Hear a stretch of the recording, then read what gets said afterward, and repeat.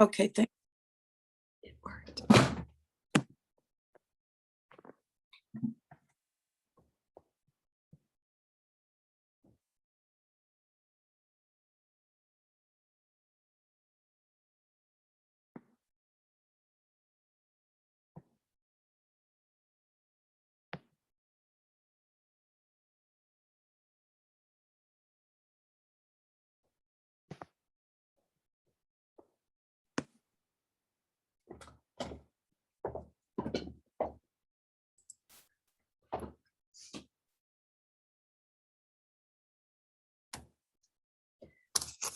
I have our notes from the other day, Anne, All right then. and they are like a cognitive map. All right.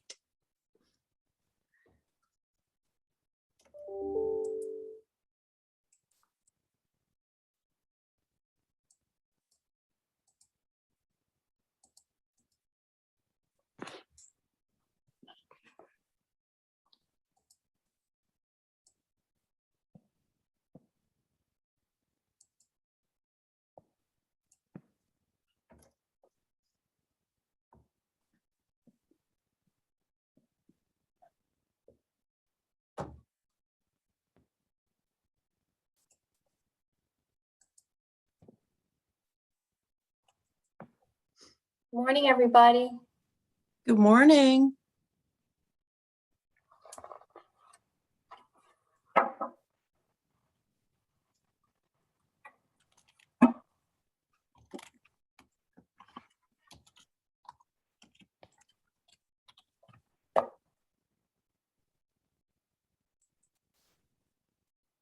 Oh boy, who called?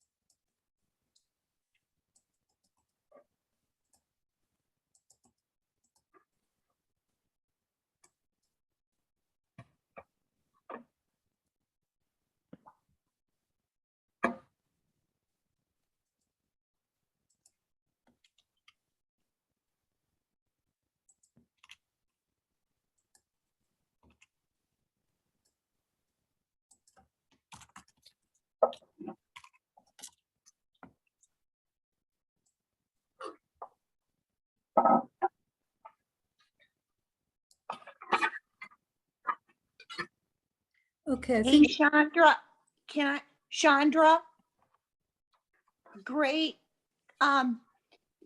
quotes from you in the paper, I think Sunday, for 40 under 40.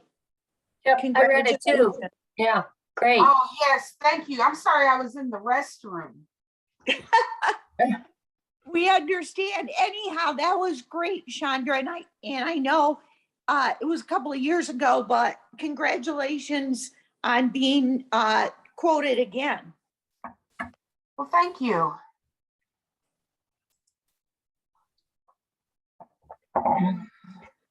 well, I think Georgiana is here too. Yes, hi Georgiana. So I think the whole board is here, and if you want to start, I'm still admitting people into the meeting, but Anne, I think you're free to get the meeting rolling. Okay, here we are. It's only 2 minutes after 9, so very good. Call the meeting to order. Stephanie, would you do the roll call, please? Deb Ruch, Here. Georgiana Schuster, Here. Sue Suter, Here. Kim Wallowik Fisher, Here. and Robin. Here. All right, the next item is approval of the agenda. Does everybody have the agenda, and can I get a motion to approve the agenda? So moved. And I'll second it. Any discussion? Okay, since it's a Zoom meeting, we have to have a roll call just to approve the agenda. Georgiana Schuster, Yes. Sue Suter, Yes. Kim Wallowik Fisher, Yes. Deb Ruch, Yes. and Robin. Yes. All right, we accomplished that. Now, is there any citizen input or public participation at this time? Okay, I see a hand raised, May Long.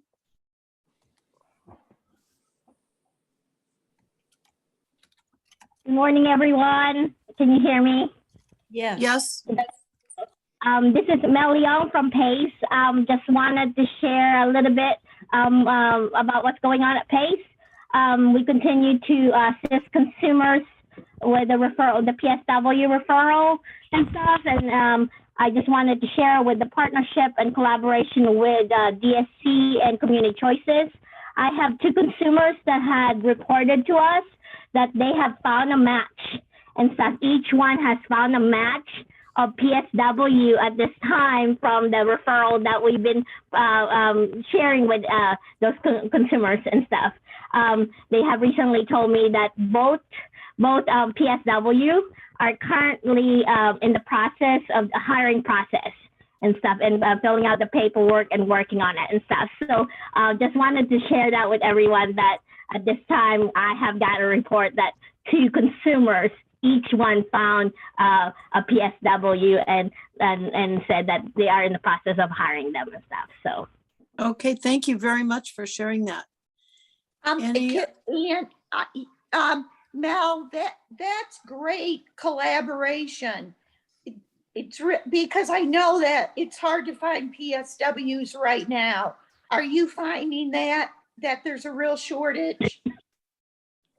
there is a shortage, but I'm happy to report that I have double and quadrupled my efforts. So before the pandemic, I was only offering like 1 or 2 orientation and stuff. Now I've been offering like 2 to 3 to 4 times. It depends on when the people are inquiring about the referral and stuff. But I am happy to say we're kind of like in the uptake on it, because the last one I have, a Friday, we had several PSW and stuff. So yes, there is a struggle at this time in our community, but as we continue to continue to collaborate and partner and stuff, we continue to actively recruit anyone that's inquiring about the PSW program. That's great. Okay, thank you. Thanks to you and DSC and Community Choices for such collaboration. All right, any other comments at this time? This is Patty. I didn't see agency information specifically on here, so I'm just gonna, I just wanted to let you know that. There is an agenda item for that later in the meeting. Well, this is public. actually public comments. I can wait. I saw successes in other agency information, and I didn't know if that's combined or. That is a little bit later. Okay. Although it looks like Mays would have fallen under that category, but that's okay. This is called citizen input and public participation, which is really more kind of policy oriented, but May, that is fine. What you said was much appreciated. Thank you. Anybody else? We will have successes in the other agency information a little bit further down, not too much further down. Okay, the next item is chairperson comments. And originally I wasn't going to make any comments, but I am going to make a couple of comments, mostly about the agenda and how we're organizing ourselves. This meeting has not very many action items, but next month in December, which we must have a December meeting because we have some important action items that we have to accomplish. And Lynn and I had a conversation this weekend and proposed that we redo the agenda for the December meeting so that the action items are all front loaded in the meeting, so that if people have to leave for some reason, we will be able to get the action items done. And those action items are actually approval of the things that we are discussing today, the allocation priorities, the funding guidelines, And Lynn, do we have to approve the 3-year plan or we don't have to approve the 3-year Yes, you plan? do. Okay, so we've got 3 important things that we have to approve that are all structural and philosophical. So today is the day to discuss those things, and next month is the time to vote on approving them. Of course, we can have more discussion, but we should get our discussion done as much as possible before the December meeting so we can accomplish that goal. And I thank everybody for their participation. Okay, Lynn? Well, thank you, Anne. I really don't want to take up a lot of time today. You said the most important thing is we're going to be reviewing a few things that we'll ask for a decision on next month. I do want to let you know that I don't think a lot of agencies who need to re-register have done it. And there was a problem in the beginning, so we brought the software developer in to create a guide to do it. So I'm concerned that people won't actually be able to apply for funding if they haven't re-registered prior to that. So, or that it's going to potentially create an issue with the cloning. So there were a handful of agencies that didn't need to re-register, but more who did. So I'm kind of concerned about that.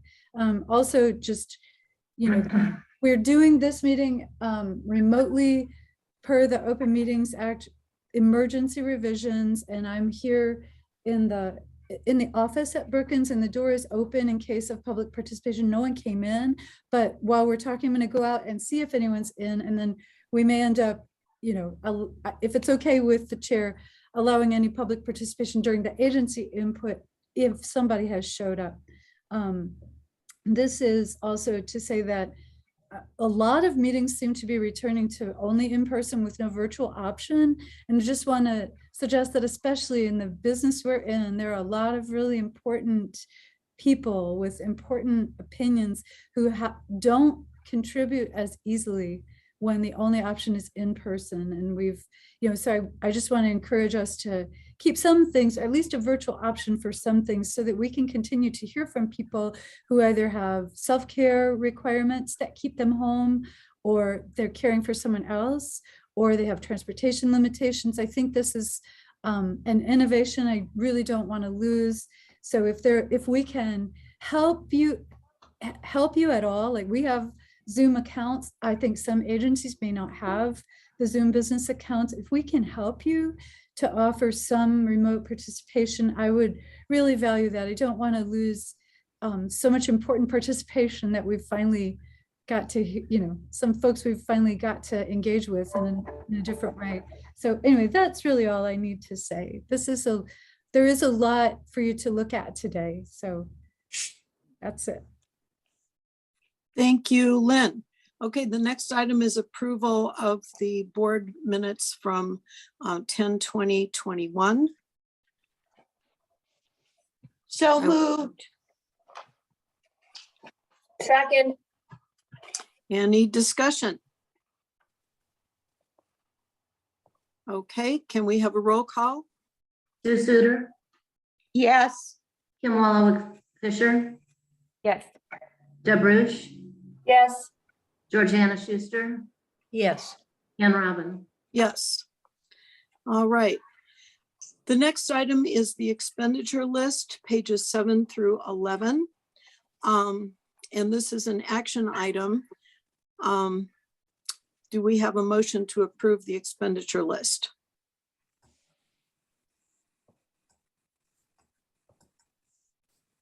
So moved.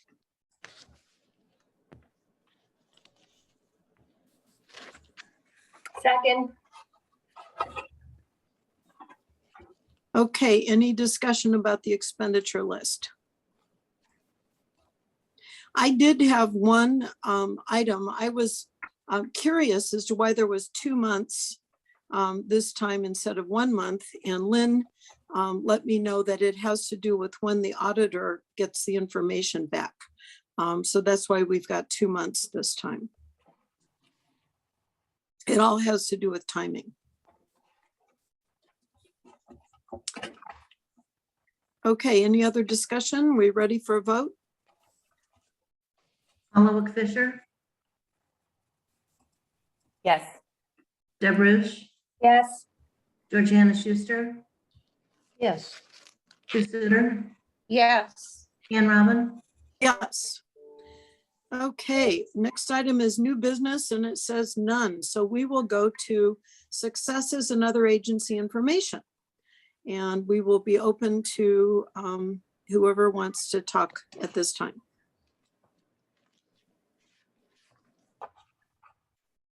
Raise your hand virtually or in person. Patty? So I just wanted to share that I have been part of the DD advisory committee for DHS for the state for quite some time, and they have recently initiated a staffing solutions committee that I asked to participate in. The first meeting will be at the end of this month. Allison Stark is the director of DHS for the DDD and was a CEO, was a provider, and brings some perspective to the office that's really important. And I think she is sensitive to a lot of the things that providers are going through, and can't address all of them. Obviously, there's more need than funding, just like all of the decisions that you guys make. But I do think that there's a lot of effort and a lot of attention being given to trying to at least hear all of the issues and attempt to brainstorm about some potential scenarios that might work. I know that she has spoken to feeling like the approach will be more about long-term and not the moment. But I just wanted to share that that I volunteered and kind of asked to be participate on that, because it's something that you guys have all been incredibly sensitive to, and we'll keep you posted. But just thought that was noteworthy. Thank you. Thanks. Who's next? Hey, this is Annette. I wanted to share something from last month.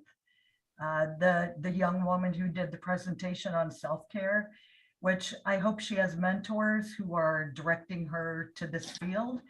And then if she does go into the field, I hope she comes back here, because she definitely is going to be a remarkable person.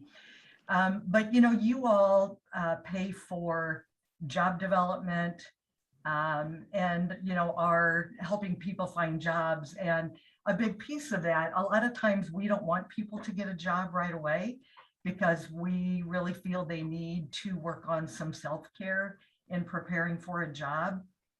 And that in the long run, that helps them maintain that job, and they don't go into a cycle of getting a job, losing a job, and then having to deal with that. But so much of it is again taking care of yourself, getting enough sleep.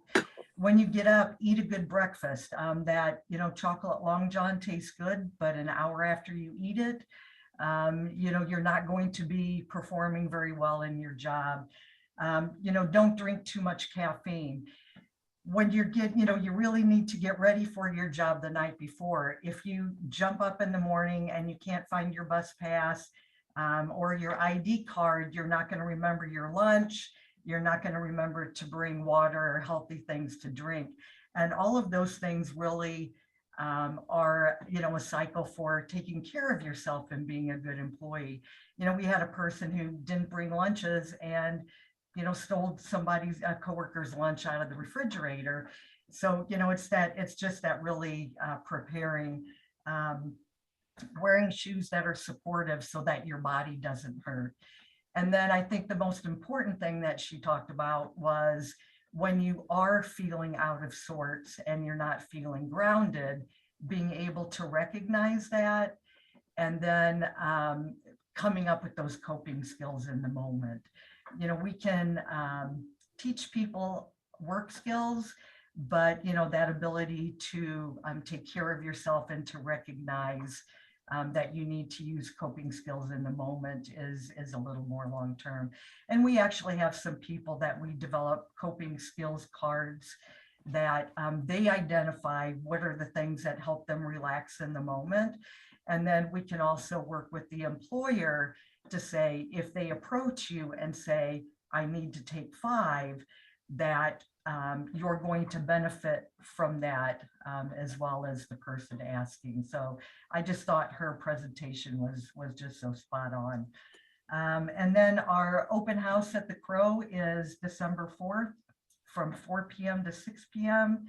We'll have artwork, ornaments, cards, soap, wax melts, and the greatly anticipated candles.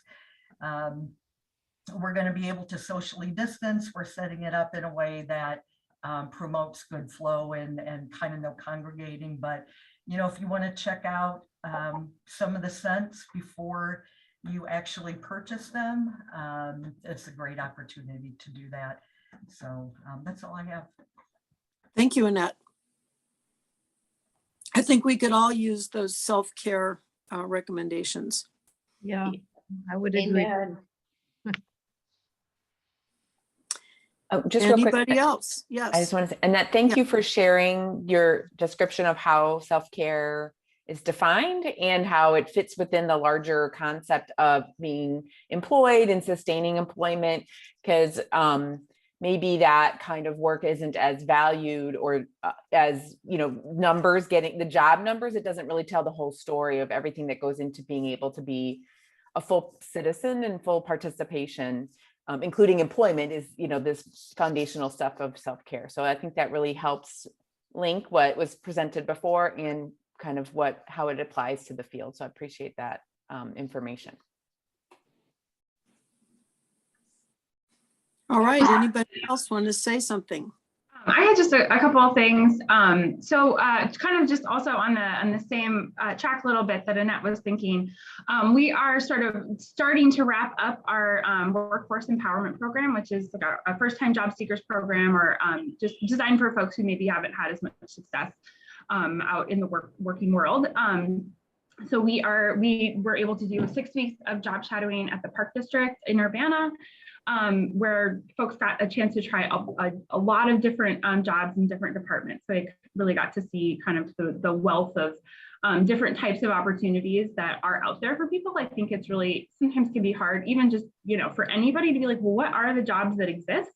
So it's hard to really make informed choices and to really kind of envision yourself in those roles and envision all the pieces that might be part of those roles if you've not had the opportunity to actually like see it in action. So that went really well. We are on to our second set, our second shadowing location, which is actually at the Red Herring restaurant over in Urbana at the Cheney Murray, where folks, everybody was able to get their food handler's license. And so folks are actually getting to be in the kitchen, doing some of that food prep, which I don't know if other people have had this experience, but getting the opportunity to have people actually try out those more food service jobs is a little bit more challenging, just because kitchens can be really very bustling places. And oftentimes they do, you know, you do have to, you know, be able to do those food handlers licenses in order to just even be in the space. And folks have really loved it. And so that was, has been a nice surprise, I think, for the people involved, as well as for our staff who are running the program, of just kind of like how, you know, just like what a nice fit that had been for at least one of the folks that are in the program. So that's going really well. We're really excited to kind of, you know, take what we've learned from this first round and apply it and kind of make some tweaks for the kind of the spring round that we'll do after the first of the year. And then I also just wanted to say too, that I was also asked to be part of that staffing solutions work group with the division. I'm really excited to be part of that also. And I hope that kind of my perspective from a bit of a smaller agency will be kind of valuable in thinking about some of those long-term solutions and kind of offer a slightly different perspectives to the group. So I'm really excited to see what other people have to say and just sort of share our own experiences there too. So yeah, so things are going well. Thank you. Anybody else have something you want to share? Yeah, I'll share real quick. This is Okay. Hannah from Community Choices as well. So our human rights and self-advocacy group, which you all hear a little bit more about this next month when they present, but I just wanted to share, because we're real excited. We're starting a partnership with Visit Champaign County. So they're working on a couple of different things. And one is having an accessible, what they're calling just accessible Champaign County. And so having a list of businesses and places and basically anywhere you would go to do something fun, right? They're having a directory of places that are accessible within the community. And they approached us because they realized that, which I think is really cool. They realized that like, they're not the experts in all the different types of accessibility. And so they wanted people who have that lived experience, kind of determining what some of the criteria around different types of accessibility might look like.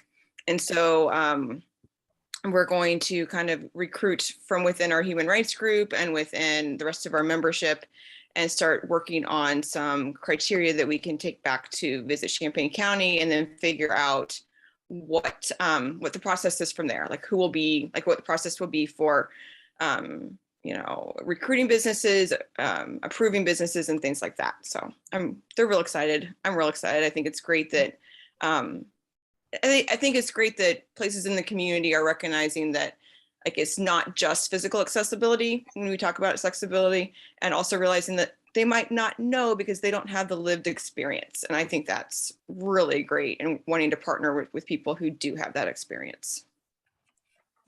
Thank you.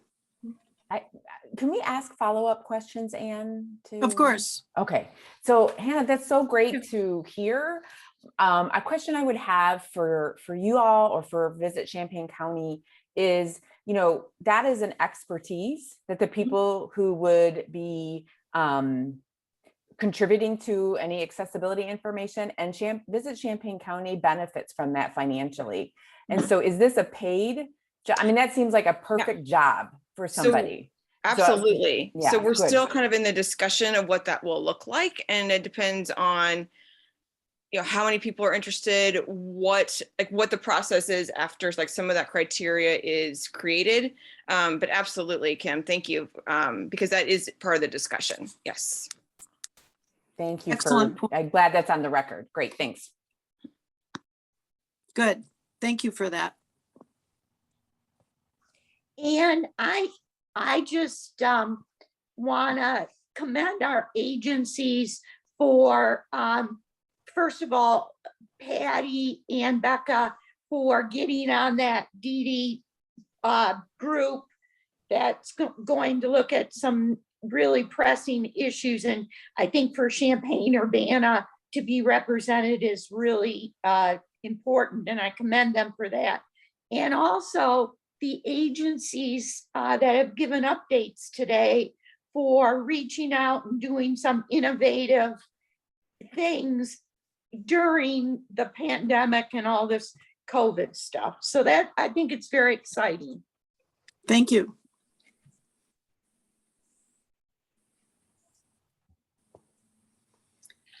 All right, well, we can come back to this if somebody has something later.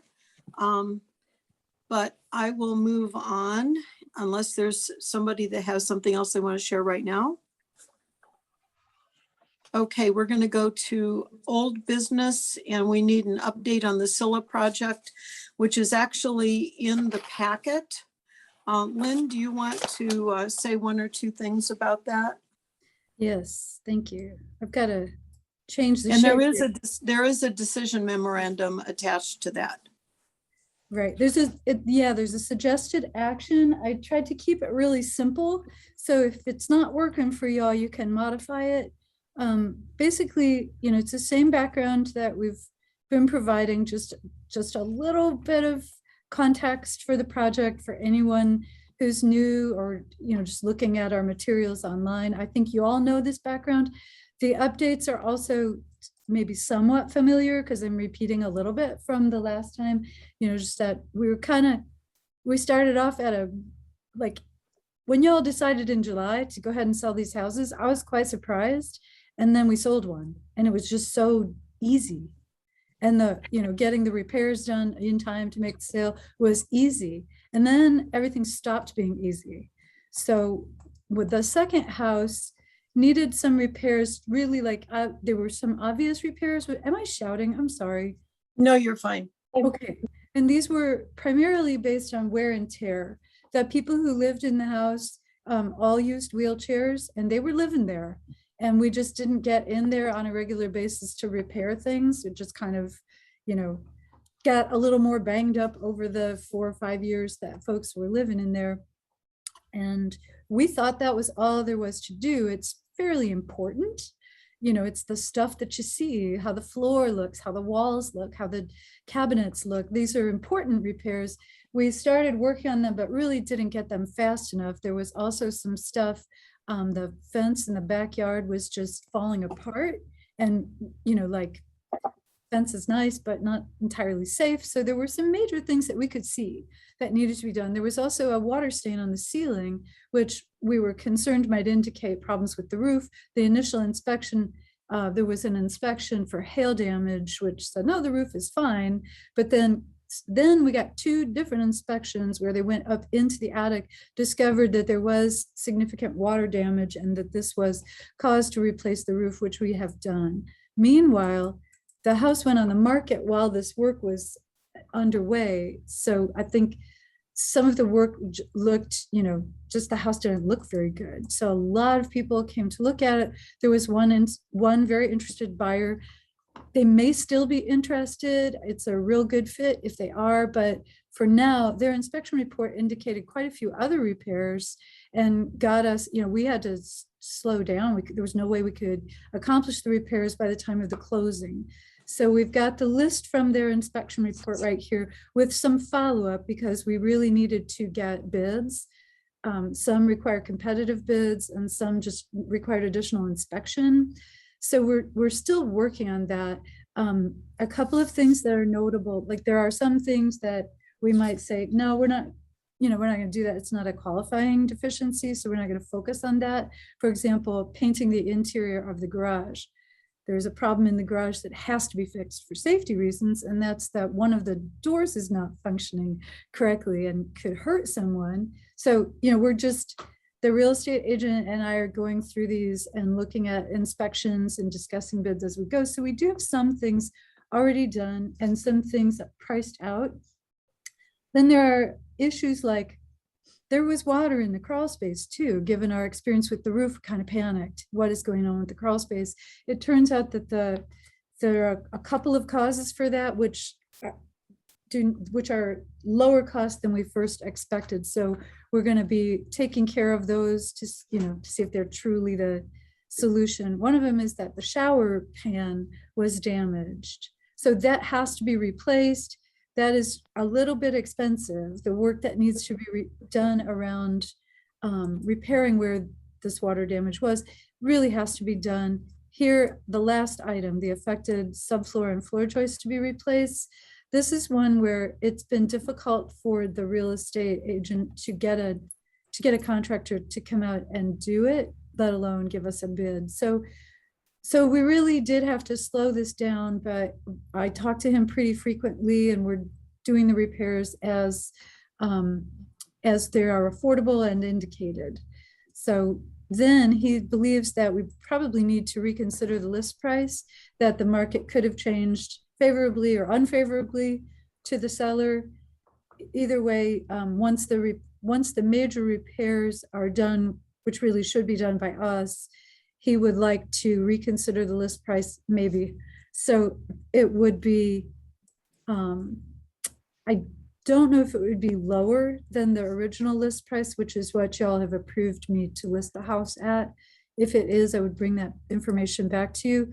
We're assuming it would be the same or higher. So then there's a bunch of stuff that we've just been talking about. Some board members have offered some really great ideas about what we could do with this fund in the future. It's not time yet, but I wanted to capture that information. The decision is very simply to allow me to approve these additional repairs as recommended by the real estate agent.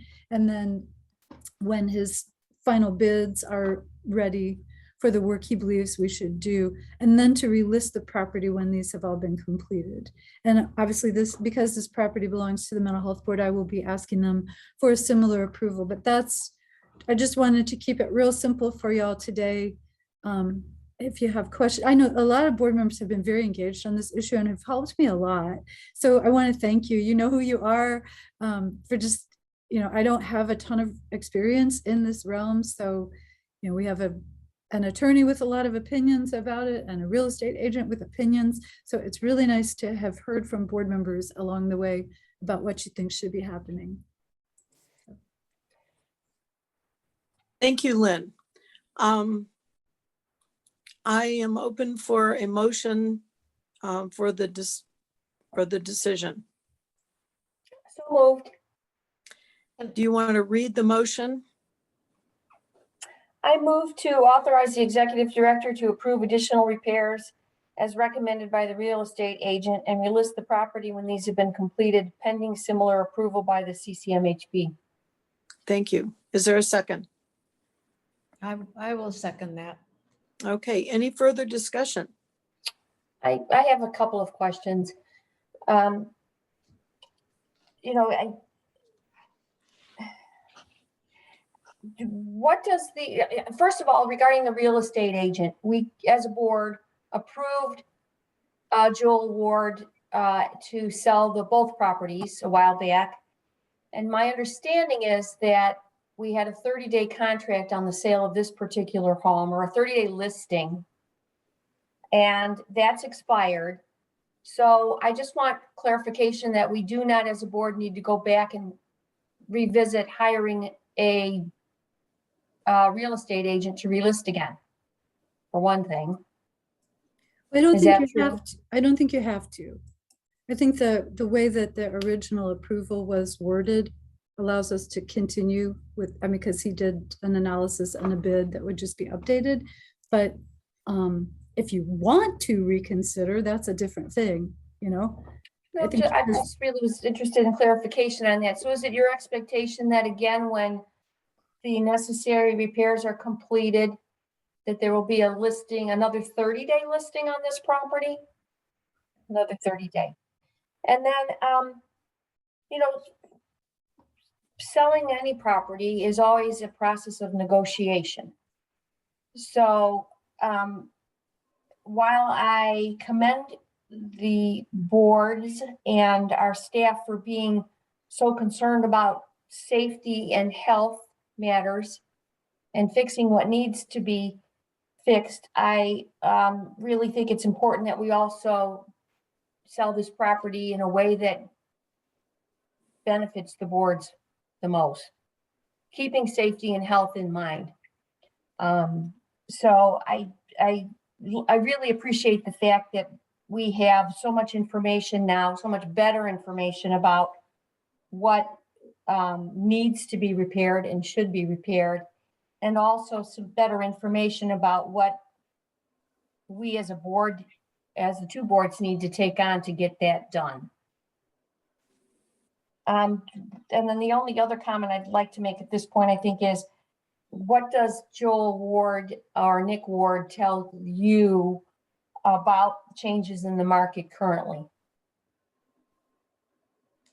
as it would affect potentially reconsidering the list price?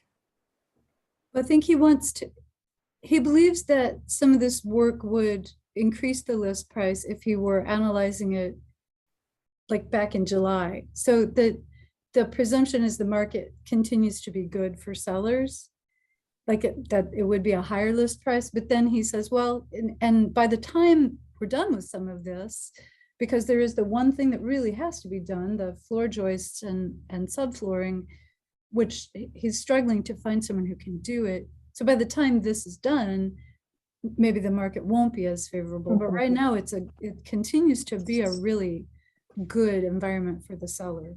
So, and he said he had 11 showings of this house. So it was just, you know, only one really interested buyer. So it could be that buyer will still be interested by the time we're done with all this. It could be that another buyer would offer a lot more money. So, but he's not sure, you know. And he also expected the market to trend downward back in October or September, and it didn't. So he's kind of saying, I really can't predict it now. So okay, thank you. I have a question also. Lynn, do you know what we're approving? Like we're approving additional repairs. Do you have a dollar amount on those additional repairs? We had and we had budgeted for quite a bit of work. Like every year we were putting into the SILA budget big money in case something went wrong, like the roof. So we're really not outside of anything that we'd anticipated before. It's just that we're doing it all now instead of through the years.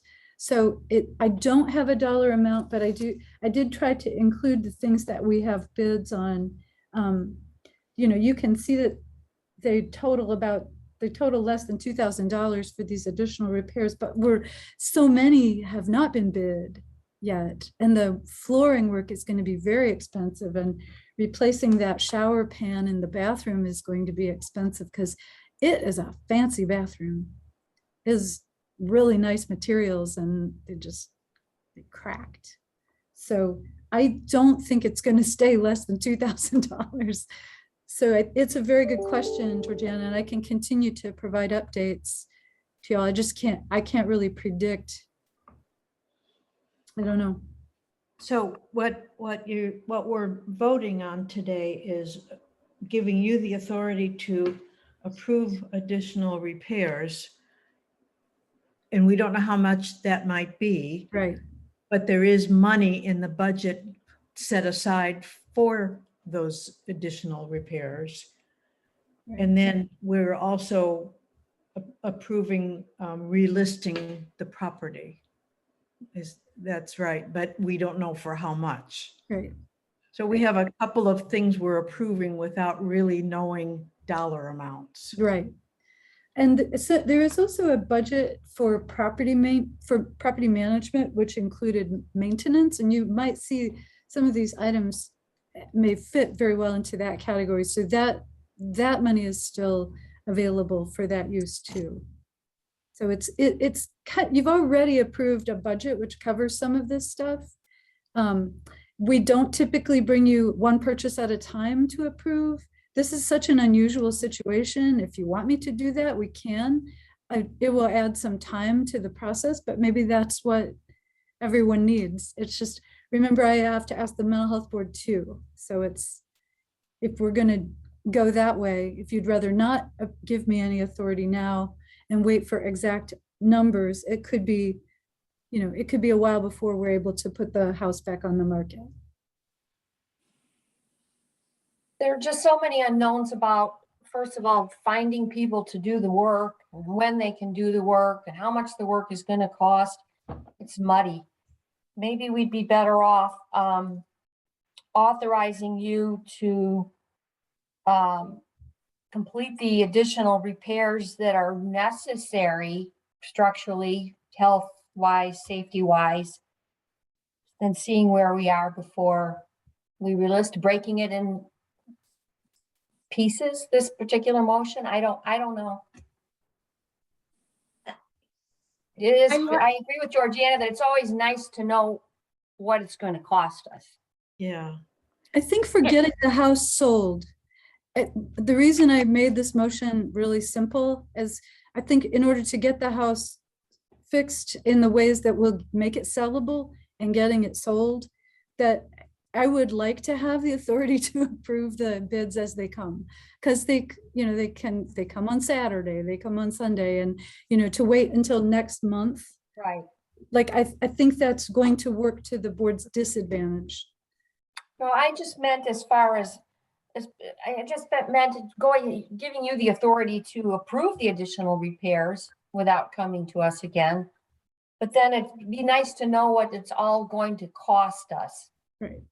Before we move on to the next, to making the decision about, how to relist it, when to relist it, and at what price. And I have another inquiry. The buyer that we did have that did his own inspection, did he say, I will buy this house at, a certain amount of money if these things are done, or did he just say, I'm not buying this house because these things need to be done? Do we have a contingency buyer? The buyer is being very flexible about this. I haven't talked to Nick in the last couple of days, Nick Ward, the realtor, but his last conversation with their attorney was that they were very flexible on this, might consider a different list price. Some of the repairs are they're just important, like the garage door thing, I don't think it's going to cost very much, but they discovered things like that we had not discovered, like that the garage door sensor wasn't working. So a person could be crushed. So I, really quite grateful for this inspection report. It's just, the big ticket items are the ones where, like Deb is saying, like it's kind of gray, like what it's going to cost us to fix maybe some of these situations, you know, maybe might price it out of the buyer's realm of interest, you know, so he's trying to stay in contact with their attorney as we go. But, you know, some of the things we've discovered, like there may be a different way to fix something that isn't as expensive. So it's a good question though, Georgiana. I think he continues to stay in contact with them, even though the agreement expired and the house is not listed. Okay, I have a comment. I know there are concerns that people have about the cost. This is not as straightforward as the other one was. As Lynn said, it was easy. I think what Lynn is asking for here is just the authority from the board to continue to move forward with this process, which we already approved last summer. And it was a difficult decision for us to make. And I think some of the concerns that people are bringing forward just have to do with, you know, it's still a difficult decision. But we already approved selling the house, and this it didn't happen as quickly as possible, so we need to move forward. And I would urge the board not to engage in micromanagement, but to allow the staff to do their job. And that's what Lynn is asking for. And she keeps us very well informed about things. So that's my comment. Thanks. So I have a couple questions, Lynn. So the list of repairs that you've put through, thank you for that list because it's very helpful to see. Is this list exhaustive, or are there things that the potential buyer requested that we said, you know, no? Like I saw that the finish the drywall and paint garage is not qualifying deficiency. So that's like, no, we're not going to repair that kind of thing. So I know somebody mentioned earlier that, you know, buying or selling a house is a process of negotiation. So is this list exhaustive of the requested repairs from the potential buyer? And okay, so, and we've mostly said yes to almost everything that they've requested. Well, sort of. So we acknowledged there are a couple of things where we had to acknowledge there is an issue, but then we had our own inspections, which changed the possible solutions. And this may not be acceptable to that buyer, but it was a result of their inspection that we came in with additional inspection. Okay. You know, like refinish hardwood floor. I would love to buy a house. My house is very old. I would have loved to have requested that for my purchasing my house. And that seems more cosmetic than it does a, $2,300 for refinishing a hardwood floor, from a buyer that we don't have a contract with. This is not like, as to Georgiana's point, this is not a contingency contract. And so I would question whether the buyer is really interested in the property if they're not engaging in a contract that says, yes, we'll buy it if you do these repairs. They're kind of relying on the fact that we only meet once a month and we have to have 2 boards, approve this, etc. Well, that's a different list. The refinish hardwood floor is our list to the property manager. Before you even selected a real estate agent, we said those floors need to be fixed because they're really damp. They look really, oh, my bad. This was so the first list is a result of a visit by 3 of our staff and the property manager right after, and also the tenant, right after the tenant moved out. And we came up with that list. The final item is roof replacement. That was a question mark at the time, but then we had 2 inspections that said, yes, it does. So the second list is from the buyer's report. And I think they did say, yes, this was flexible. Like they would take, if we could not complete these things by October 22, it might result in credits. But some of them we couldn't even say whether we agreed with the repairs. So you're right, like we're not agreeing with a couple of them and we are agreeing with others. Okay, so then there's possibility, so if we give you approval to Ann's point, to negotiate, that is where you say, as the representing seller, like, no, we're not going to do this. We can't find a repair person. We'll give you a credit for this, etc. Is that what the process would look like? Okay, thank you for clarifying. Then the other thing is, you said that there's a budget, right, for repairing the Scillas, right? So is it possible that budget would cover these repairs? Is that what I understood you to say? Yeah, so far it has. We might run out of money, but the money was each year budgeted for things like, if a furnace blew up, or if the other house had needed a new roof. So we did a roof on that house about 3 years ago. So we, in your normal Scilla budget, there were major repairs budgeted, but not often used. Only, it was only like, oh, it's an emergency. So, now we're sort of catching up. We might run out of money in that budget, but right now we're okay. It looks like we can do it all. Okay, thank you.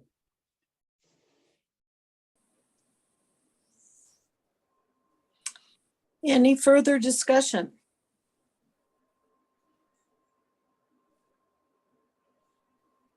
Are you ready for a roll call? We have a decision on the board. I'm ready. Okay, Stephanie, would you do roll call, please? Deb Rouge, Yes. Georgiana Schuster, I approve. Sue Suter, Yes. Kim Wallog Fisher, Yes. Ann Robin. Yes. Well, this is an interesting discussion, and thank everybody for that. And I believe, unless I am much mistaken, Lynn, we have now completed the decision memorandum. We don't have any further decisions. So it is 10 minutes till 10, and I have kind of tried to budget time for what we are going to discuss, and I didn't budget enough time for the Scilla project. We spent significantly more time on that, but that's okay. I have budgeted 20 minutes each for the draft allocation priorities and selection criteria and the funding criteria. We do not have a discussion item for the 3-year plan. That was discussed at a previous meeting. So if we're going to go till 10:30 or something like that, I don't want to stop discussion, but I just want to remind people, last time people left before we were done with the meeting. So we'll go forward with the allocation priorities. And this is basically information, and then people can ask any questions or make any comments. And I do have an appointment, so I do have to leave at 10:15. Okay. I think these meetings are typically lasting about an hour and a half. Yeah. Some of the meetings have actually lasted for 2 hours when there was more discussion, but I would encourage the members to budget an hour and a half for a meeting. But if you have to leave, you have to leave. So we're done with our decisions. It's all discussion now. But some people had some questions about all of these things. I just would like, and I will budget in the future for more time. I would just like to command staff on this write-up in terms of including national, state statistics, community input. It's really has a lot of really scary information in terms of what we need to do, but also really good information pulled from a number of sources. And I'm open to direction on this. I know when we brought up before about IT and what we've learned in the pandemic, how just what a lifesaver it's been, and how effective in terms of reaching the people that we serve. I personally would like more of a discussion on IT and what we've learned and what course we want to take in the future. And I don't want to put Kim on the spot, but I am.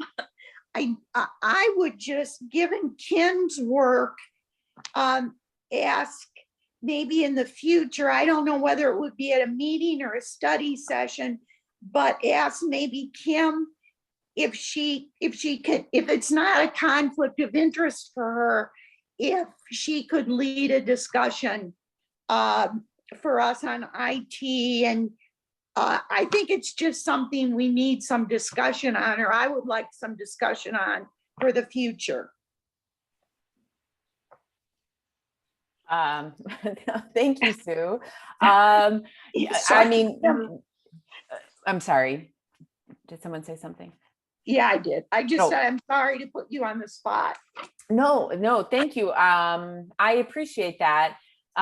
Just full disclosure, my research area is technology and civic participation. And so I do a lot of research in that area. So I guess I would be happy to talk about that. I'm wondering if maybe I could be someone who I have a lot of connections with people who do policy work or research related to access to technology, accessible technology, the need of DSPs and their need to understand or their support needs related to accessing technology so that they can help support consumers. I would hate to lead something like that because I do research and, there's funding, I do apply for funding for other,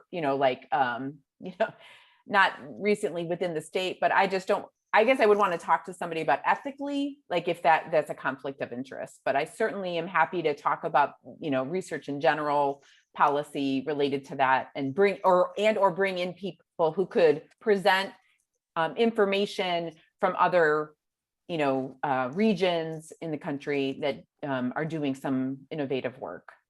And Kim, I know that was my thing. I think probably some of the research for you is proprietary. So I'm conscious of that. And like you said, the ethics and the conflict of interest. I would just be very comfortable with you being comfortable in maybe how we should pursue this, who you should bring in or whatever. I just think that what you do professionally is really valuable to our boards. And I would just hate to not take advantage of you. Thank you.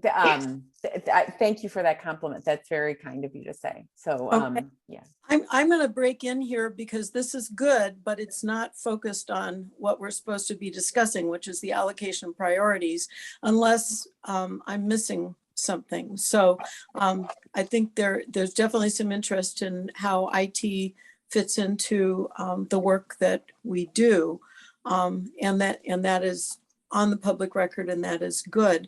Do people have comments or questions about the allocation priorities specifically? And Anne, I just brought that up because I think it would be considered under, there's a really good paragraph, I don't know what page, about at the beginning, what we've learned from the pandemic on technology. Yeah. No, I think it would be part of the allocation discussion. Okay. So you're emphasizing that as a need, and that's very good. Thank you. Yes. Thanks, Anne. So right now, our technology needs or the technology needs of DD people fall under the priority of personal life and resilience. Am I understanding that correctly? I think we have 8 Thanks, priorities. Georgiana. That's exactly where I was thinking. Thank you for noticing that. Yeah. And that we need, if any agency comes to us for funding, that if their work, what they're proposing, what they're asking a grant for has to do with improving technology of DD people, then it falls under the priority of Well, it also falls under some other priorities. For example, on the very next page, work life, use of technology to enhance. Yes. I think it falls under Yeah. many priorities, It actually. probably falls It's universal under several different priorities. and gaining importance every day. Do you think that we need a separate priority for technology, that making sure that everyone has access to a computer and the internet? Well, that would be a very good thing to add at some future time, but I think it's in the document now. So what we need with this document is something that the staff can use and that we can use and agencies can use and say, yes, this is it fits our priorities. This is what we're talking about. And it's in there. Can I just add a couple things to that? So to Georgiana and Deb and like, I think your point around technology really being part of many of the different priorities. So I think I would argue that it shouldn't be a separate priority, but that it should be integrated in all of these aspects, all of these priorities. So for one, Hannah's discussion about Visit Champaign's,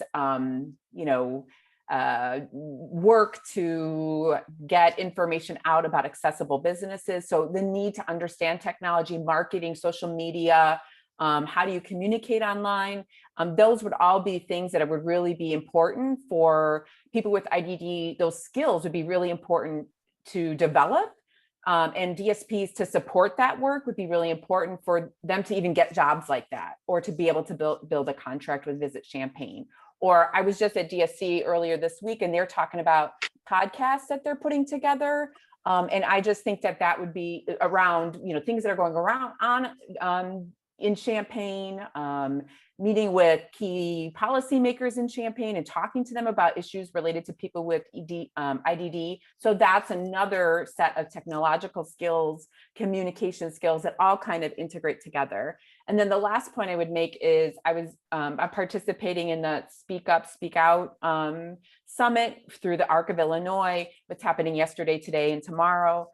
And Director Stark, in her opening statement to all the self-advocates and people participating, were a couple things that she wants. So they're really focused, the division's really focusing on improving people with IDD's ability to communicate with legislators about key things. And so part of that communication she mentioned was through technology, whether it's communicating your rights and your as a constituent through technology, emailing, texting, using social media. So that seems like a key priority that could be linked within many of these different priorities. And then the other piece was emphasizing the need to participate in committees within the division that address technology, employment, home and community-based services. And so in order to participate in those committees at the state level, people in Champaign would need to be able to have support in order to use technology to do that. So I guess what I'm saying is I think of technology and usage, through employment, through participating in your community, as well as just like, do you have access to rural broadband? Do you have access to technology? Do you have access to the skills?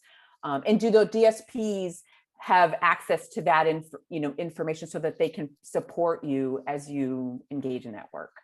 So I would be looking for cool projects that are, integrating those kinds of things. Thank you, Kim. Thank you. And also, I think, Kim, I obviously totally agree with what you said. And I also think that it addresses, which frankly, I hadn't thought about that much. It also addresses the whole thing about DSPs and their needs and how we can improve and address that as well. That's a huge need. Yeah, the more that we can support them, you know, which also leads to, you know, that they're making enough money so that they can, you know, maintain their technology, you know, which is part of their job. You know, I don't know that that's a priority for the Champaign, you know, DD board, but it's something we should be aware of, right? They're not, you know, they're not making enough money to support themselves, but part of accessing and maintaining technology and the skills, that's, you know, they have to spend their own money doing that. Yeah. Right. Exactly. Yeah. Uh-huh. Yes. Good points.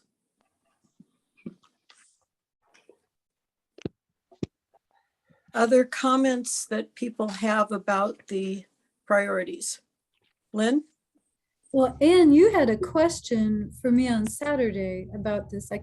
I'll try to find the page. Well, I have several. Okay. I have these little sticky notes on my paper copy. First of all, on page 21, if you want to share page 21. Okay. I just want to bring to the board's attention that the priority number one is self-advocacy.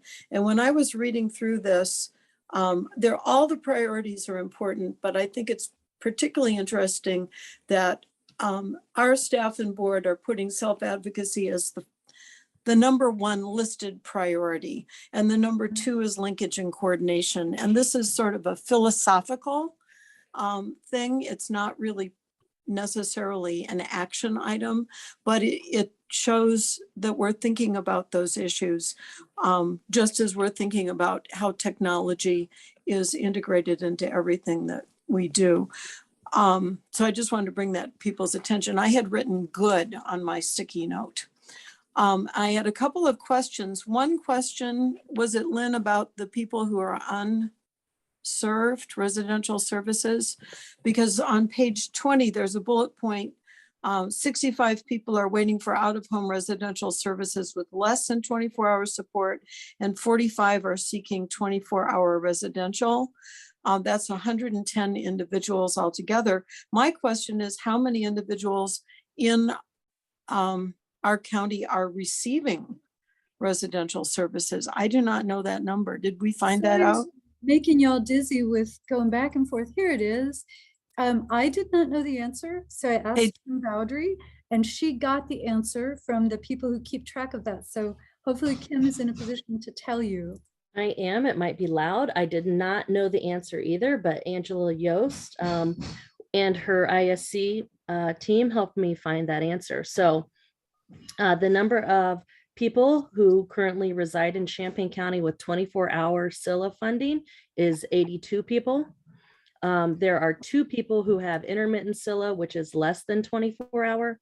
And then Angela went above and beyond, and she told me that there are 30 people with home-based support funding that live in their own apartment or home. So I'm sorry. Did you say 30 people with home-based support? 30 people with home-based support that live independently, that are Okay, not living in a family home. And then 2 people with intermittent CILA, which is the less than 24-hour model. The standard is about 15 hours per week. You can increase that, but it can be challenging. And then 82 people with 24-hour CILA funding. And those numbers have changed over the past year and a half due to COVID. Some people from some group homes were moved out of Champaign County because they needed to combine group homes and either close them permanently or do temporary closures due to staffing issues and COVID as well. So, and thank you again, Angela and the ISC team, for getting this information so quickly. It was a very quick turnaround, so I appreciate that. Yeah, that's interesting information. Thank you very much for that.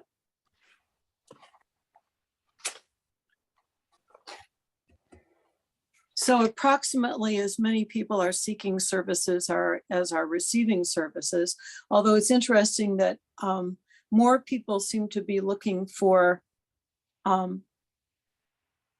less than 24-hour, which is interesting. So What is a lot of work to take place. what does that mean? Less than 24-hour services? You mean not in a SILA? Is that people that are not living in a SILA? Well, if they don't live in a, if they receive a Medicaid waiver, and they're not in a SILA, then they would have home-based, what's called home-based supports, correct, Kim? Yeah, that would be home-based, or that could also be intermittent SILA, Intermittent which SILA. is still a SILA program, but it's less than 24 hours. So the standard is 15 hours a week, but it varies per person based on their needs. And there's only 2 people. It's a hard program to usually staff, honestly, because of the varying, level of needs and needing people, in different homes at different times. So that has been, in my experience as an ISC, that was harder to get people placed in the intermittent SILA program. And I will say, we were just looking at the numbers of people who were like living in like away from their family, but we also have 2 people with family SILA funding through DSC as well. Thank you, Angela. Angela, could I just ask, since you're still here? Mhm. Hi. Hi. We have pretty much is Champaign County on trend with the rest of the state, and for that matter, the rest of the country or most of the country, in having about 80% of the people on the PUNS list who are seeking housing look for home-based supports rather than 24-hour SILA? Is that approximately the percentage, and has been for quite a long time? Yeah, I don't know. I don't know about that. I do know that a lot of our people here tend to choose. I mean, we have a lot of people that want home-based support initially anyway, but then we have a lot of people that go with home-based support simply because they either can't get into a SILA based on maybe, maybe they have greater behavioral or medical needs or whatever, or there isn't an opening in their preferred area. And of course, right now, a lot of their preferred area is really close to home. So this area, and of course, we've seen a lot of, closures recently. And that is common throughout the state. There's just been closures throughout the state for both SILAs and children's residential placements. So it's becoming increasingly difficult to find placement for people. So I think that we're seeing more home-based support fundings happening. Thank you. Okay. Patty had a comment about these numbers not necessarily reflecting everybody that's receiving services. Patty, did you want to emphasize that? It was in the chat. I just wanted to speak to the fact that, I mean, what you guys fund with community living for Community Choices and DSC, there a lot of those people do not have any state funding. So the numbers that Angela is sharing is specific to HBS or intermittent SILA or SILA, which is state funded services. But you guys are funding a lot of community residential services, which otherwise those people would be waiting for services. Okay. So the number just is much higher than what that number was just shared. I think that's an important point, and maybe in the future we could have a little focus on learning more about what the numbers are of these things. Kim Fisher had a comment. Kim, you want to talk about workforce I don't see workforce in the priorities. I see work life. We're looking at priorities now. So on the bottom of page 22, the priority, strengthening the IDD workforce priority. That's the one I there it was, is. Okay, sorry. Strengthening the IDD workforce, possible collaboration. Okay, on page 22. Thank you. Yes, yeah, no problem. So I just wanted to echo earlier, I think I was nodding my head, but just the background information for this document is so helpful. And so thank you for including so much information, particularly the anchor report and the report from Minnesota, University of Minnesota. So I would like some discussion or clarification to help figure out what, if let's say an agency wanted to target this as a priority for a potential program, what would this look like? What would we be interested in?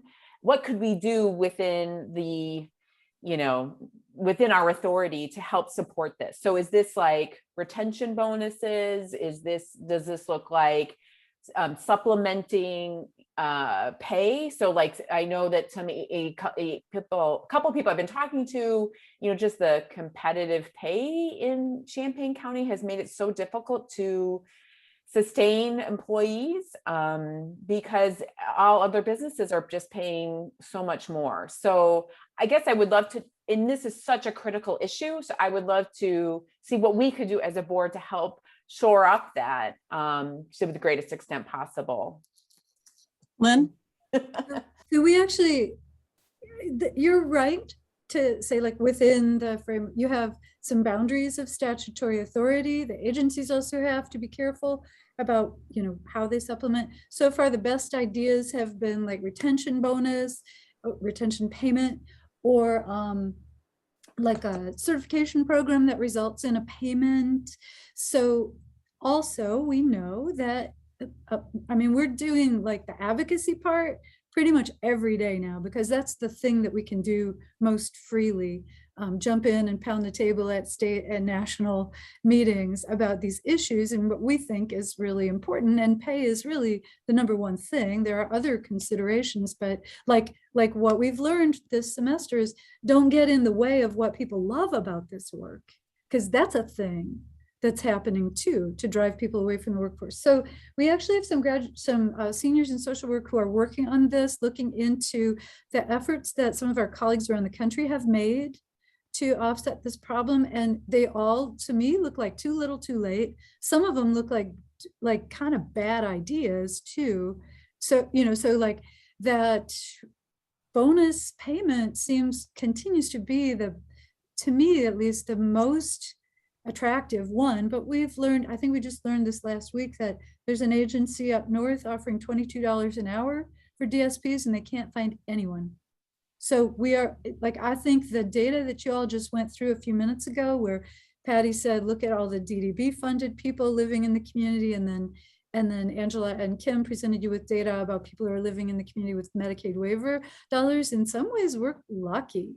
Like we're doing okay as far as like keeping people there, but this pay thing, like, I don't want to get to the point where it's too little too late in this community. So while we put that in the regular allocation priorities for an agency to consider and maybe apply for funding for that, we're talking about, next July at the very earliest. So I think that this could actually be a special consideration that jumps out that we could take on earlier than that, maybe because we're trying to keep track of this issue, and that's not good. If people up north can't hire for $22 an hour, we're going in the wrong direction now. So anyway, we will have a presentation on it in December. So good. Yeah. Thanks, Lynn.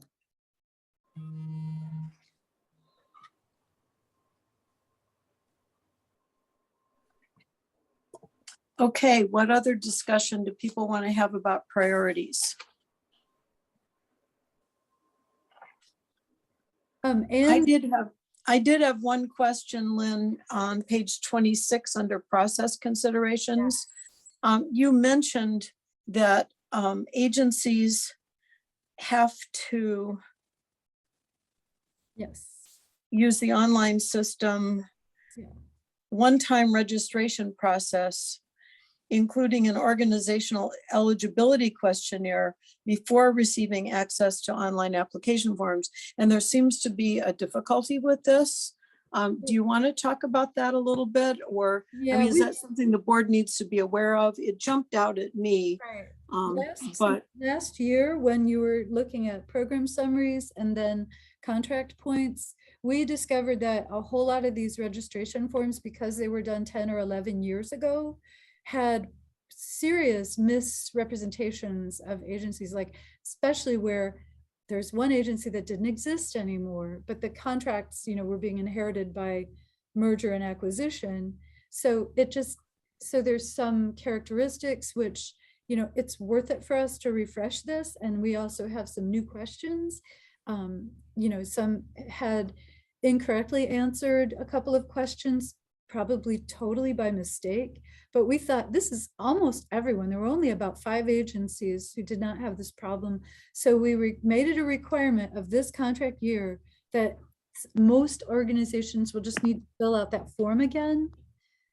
You know, and that they should do that before they try to apply again. So nothing is simple with our online system. So far, I don't think anyone has. And we really want to encourage people to get that part done before they start trying to submit an application, just in case it causes problems. So you found a logical inconsistency in the document right here. And so this is the kind of thing, like, more eyes on our documents helps me so much. I will delete the second sentence as you suggested, so that it's clear that anyone who needs to re-register should just re-register. Okay, so I guess the question is, it's a process consideration, but my question is there an impediment? Why are agencies unable to complete the one-time registration process? Is it too difficult? Is it information that they don't have? Is it a formatting problem? I think they're just really busy, and our system is not always super easy to use. So if anyone has tried, they may have said, this is too much work for right now, I'll wait until February. And we just encourage people not to wait too much longer, just in case. So we've got a cheat sheet, a little guide of how to do it. And I think Kim sent that out to everybody. So hopefully folks will start working on those before the applications are due. Okay, so is there anything that, I mean, you've pretty much done everything you can to make it more accessible to people, make it easier for them to fill it out? We got one comment, somebody said theirs was done, so. Yay, thank you. Okay, that's great. And I don't know, I think just sometimes, like, people don't have time. This is a long questionnaire with questions about the accounting practices and policies and procedures. You know, so the person who has time to fill it out might not be the person who knows all the answers. So they might have to stop and then come back to it and start again. So it's, you know, it's not trivial. And the reason that this is important is because accountability, right, which is what this board is supposed to be doing. Right. Is that right? Right.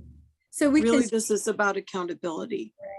I mean, we have limited manpower, so it's easier for us to ask agencies to tell us about their organizational status than it is for us to go looking them up on the IRS website, which we also do. But you know what I mean? Like, there's just, we have limited time. So if an agency represents themselves to us in this registration form accurately, then we know what things they might need support with and what things we don't need to worry about, at least for now. Okay, so this is really a requirement that's needed because of accountability, and so it needs to be in there. And it can serve as a self-assessment for an agency that's new to determine if they're actually eligible for funding. For example, okay, you know, an agency needs to have 501c3 status and then certain board characteristics. And so they can, when they're going through it, they can, we're not ready, you know.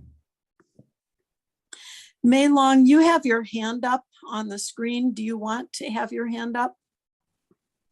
Yes, ma'am. I'm so sorry. I might be a little too late to a little input about what's going on at PACE. I wanted to share about the employment part. Actually, I received a grant from the Illinois Center for Independent Living, because we actually so PSW, personal support worker referral program, is pretty similar to our personal assistant referral program. So we heard everyone struggling through this process, especially in the pandemic, about recruitment. So we were offered a grant by Center for Independent Living to have incentives for PAs for recruitment.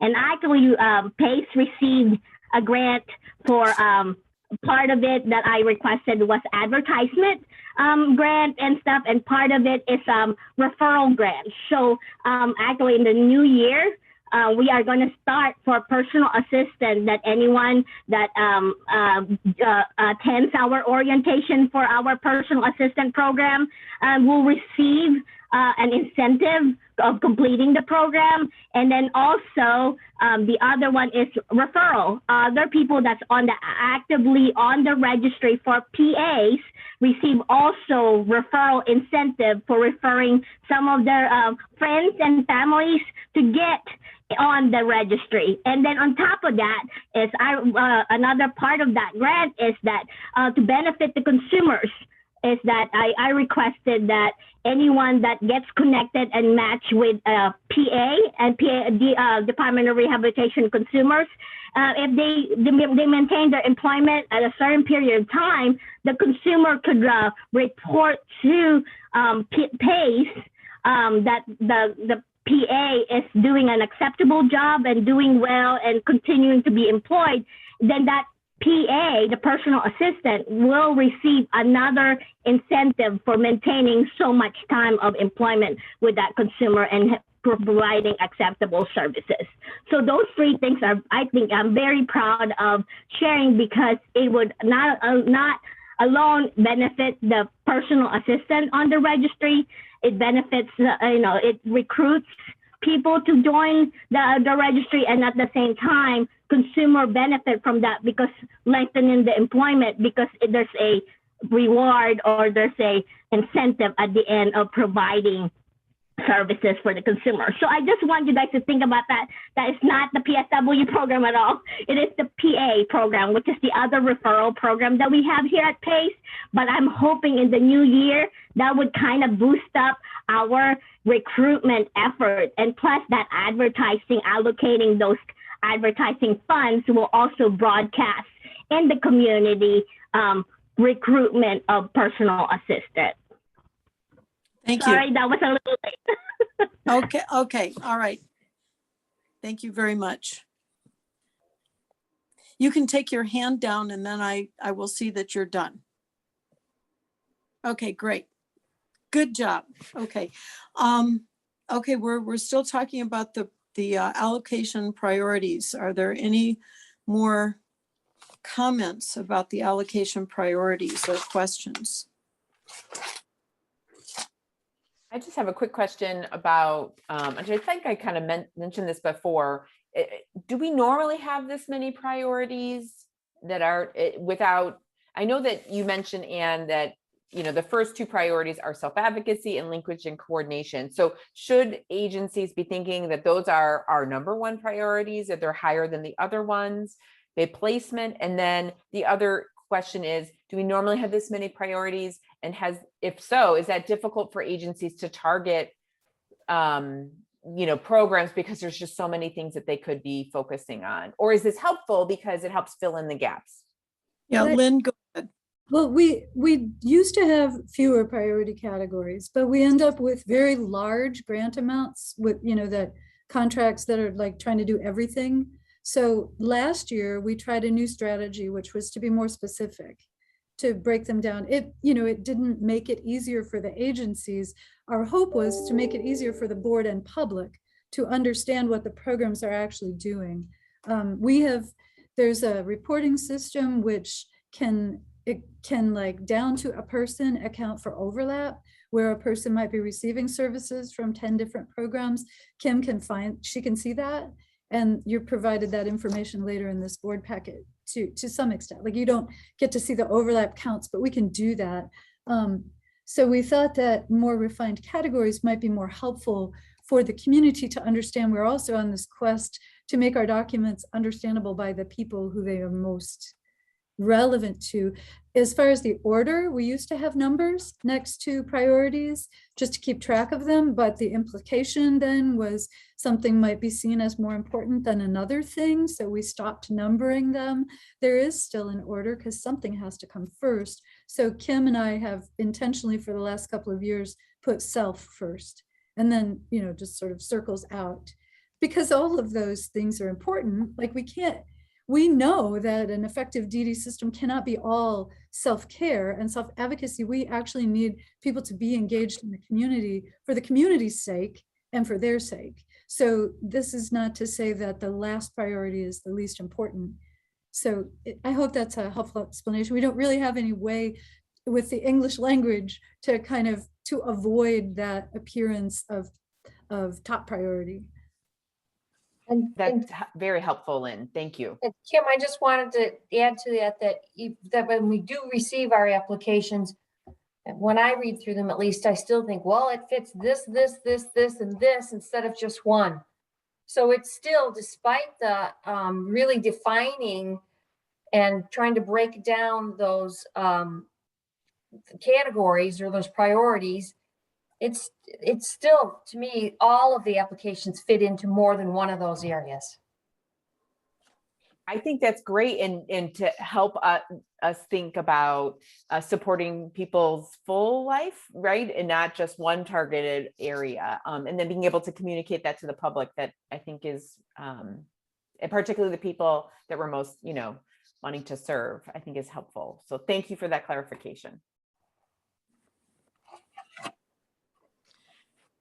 Okay, I'm gonna be the time monitor again. It is almost 10:30. We have not yet discussed the funding guidelines, which start on page 31. I would suggest that we focus our discussion on any questions that people have about funding guidelines, because we're going to have to vote on that in December. And I had budgeted 20 minutes for allocation priorities. We spent significantly more than that. That's fine. But do you want to go till 11 o'clock today, or do you want, I mean, what is the sense of the group? I would just like a little guidance from the group. Do you want it open-ended? I can't go past 11 o'clock.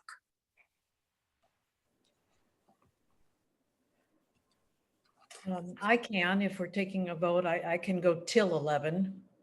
Okay, we're okay. All right, so we've got 30 minutes to discuss the funding guidelines. So, and if you want to go back and discuss priorities more as they relate to funding guidelines or something that you forgot, I do want to point out that there is an addendum which did not get into the board packet that Lynn sent out. No, I didn't. It's not an addendum. It's the draft for next month, but I have it queued up. So the draft that's in your board packet is right here on the shared screen, but are you talking about the subsequent version? I'm talking about the thing that you sent out electronically that did not get in the printed board packet, something about appeals. I didn't send that out. I was going to present it to y'all today with the context. Okay, so though we do have some time that we need to spend on that, probably at least 10 minutes. Should we do that first, or should we have open discussion about funding priorities that people have questions about or comments?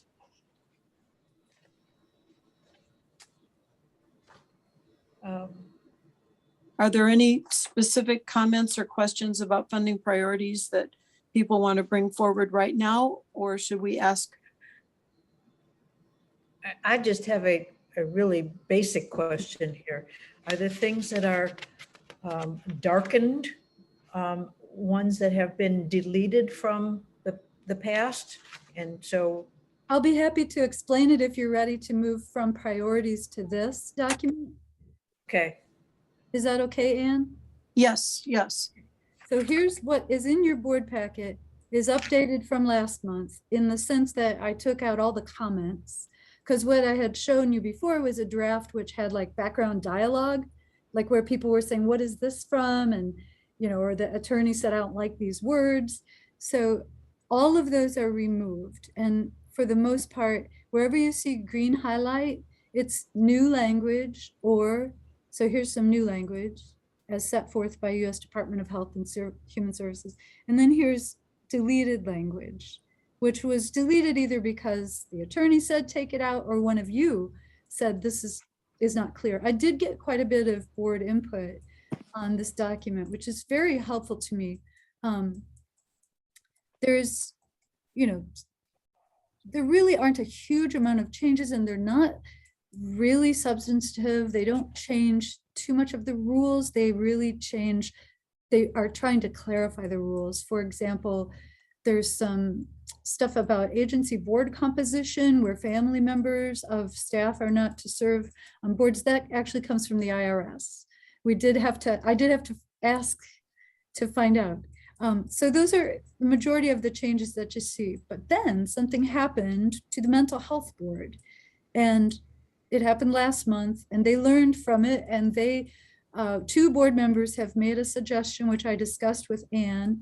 It is not represented in this board packet because it happened the day after we made the board packets. So the document in your packet hopefully is clear. This is not a change, it's just additional words to make things more clear. So I'm going to stop sharing this one and show you the new ideas that have come from the mental health board. And this is because they have had the unfortunate situation of an agency needing to appeal my decision twice this year. And in both cases, my decision, you know, came after a lot of staff conversation, a lot of staff time working with agencies to resolve problems. But so bringing it to the board was really not in anyone's best interest. We do not, happily, we don't test this appeals process very often. We're usually able to come to agreements without bringing the board into it, without having a full public discussion. Well, they did. And what they learned from the public discussion was they did not have enough information to feel comfortable with the question in front of them. So the language that's in pink has been added by a mental health board member and then approved by the mental health board president. And Ann and I talked about it over the weekend, that in the unfortunate event that there's an appeal of a decision, it's usually like about stopping funding. So it's a big deal. You get 5 minutes to talk about it in public without the background, which often has personal details. So this is what they're suggesting we add. This is the document that you will see in the December board packet. And Anne, if you're okay with it, I will send it out to everybody today. Yes. This is the only thing different from the version that's in your board packet. So Lynn, you're breaking up a little bit with me. Are other people having difficulty too? No. No? I think I'll put this document into the chat so that the public can also have it right now. Okay, all right. So the basic idea is that we have a formal appeal process, and the responsibility of the agency that is making the appeal is to get the information together, and that they have to give the information in written form 8 days prior to the meeting of the board so that people have a chance to look at it. And you can see this very last part is just because even that might not be enough for the board to be comfortable with making a decision, that I wanted to add, like, you can ask for more information and the agency may be able to provide it during the meeting, but just so that, so that people understand this is it's a very difficult time to make a consideration about a really big issue. So. I had a quick question. Lynn, is this related to like the audits and financial stuff? Is this mainly what this is related to?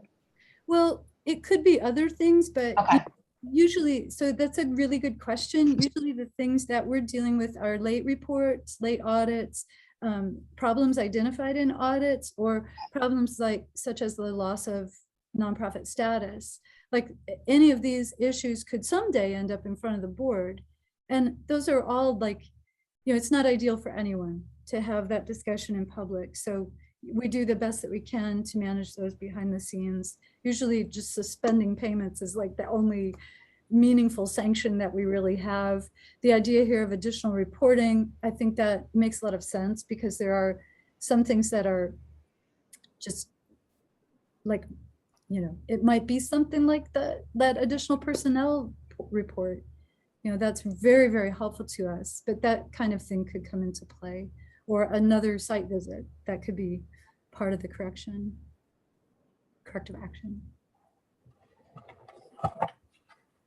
Okay, I'm going to have a hard time with this meeting because Lynn, when you're talking, about half of what you're saying is not coming through to me. I don't know, it's a technological problem going on. Is anybody else having that problem? No. Everybody else is okay? Not having that problem. Okay. I will talk less. I'll just stop talking. Well, yeah, I don't know. I mean, there's something going on with my connection. I'm using my iPad and I did charge it up. So if I disappear, somebody else will have to take over the meeting. We've got two more things that we need to discuss: the agency service reports and update for 211 PATH. I don't know if we need to discuss them or people just need to look at them and think about them. I just want to mention that. What is the sense of the group, what they want to discuss? More funding guidelines, allocation priorities? Do you want to discuss agency service reports or update of 211 PATH? I Just have assuming- absolutely nothing to add in any of those categories at this time. Okay. And me neither.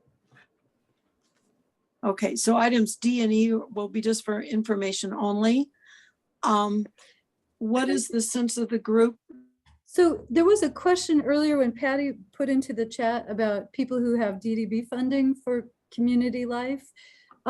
All of that information is in those agency reports. That's where you can see what your DDB dollars are doing, at least in the first quarter of the year. So just, because there was an idea to like have a discussion about that, just so you know, this is the information.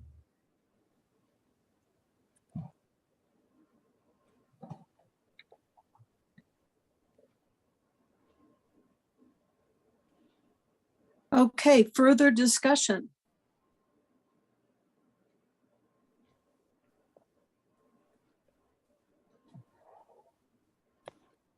Anybody have any questions that have not been answered or comments that they want to bring forward?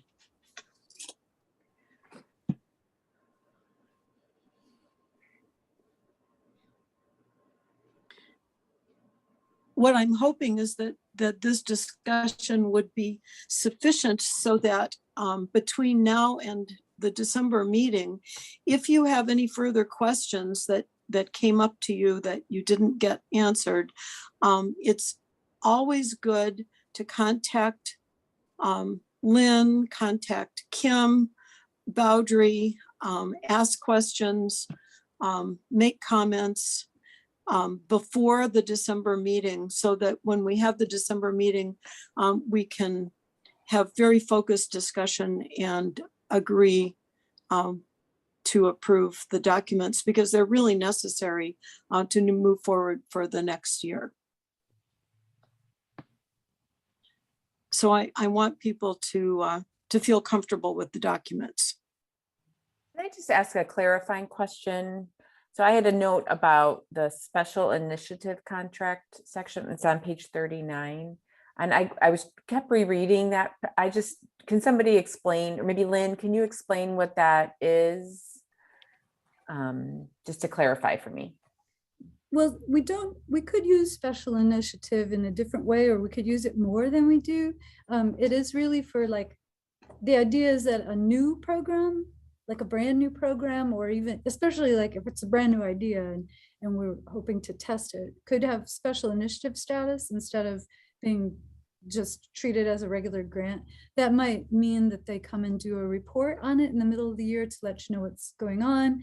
And you could probably, like what the mental health board does, is maintain special initiative status for 2 years. So they might ask for a second mid-year report.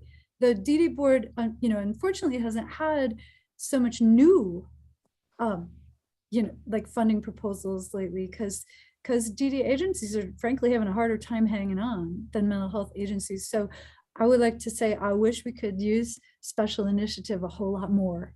Like, for example, a workforce initiative might fit really well there, like something we're going to try for 2 years and then see how it went. Yeah, and we could change the language. We could expand on that too if you want to, but it's right now, unfortunately, underutilized. Thank you. Thank you. Other questions and comments?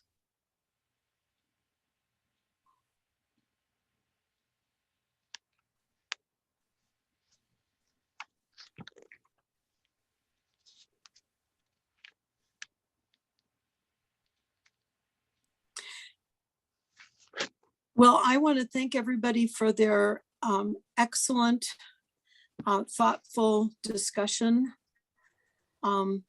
These are not easy issues. Lynn, did you have any final comments that you wanted to make? Study session at 5:45. I hope to see you all there. I think it's a super interesting topic. This is Chandra will be presenting with some folks she worked with over at Head Start, which the DD board and mental health board have both funded a couple of very small programs within Head Start for many years. So hopefully I'll see y'all at 5:45. All right. If there are no further discussion or announcements, then we will adjourn. And I want to thank everybody for their time and attention. Do we need a vote on adjourning? No? I don't think so. Okay. Thank you all. All right.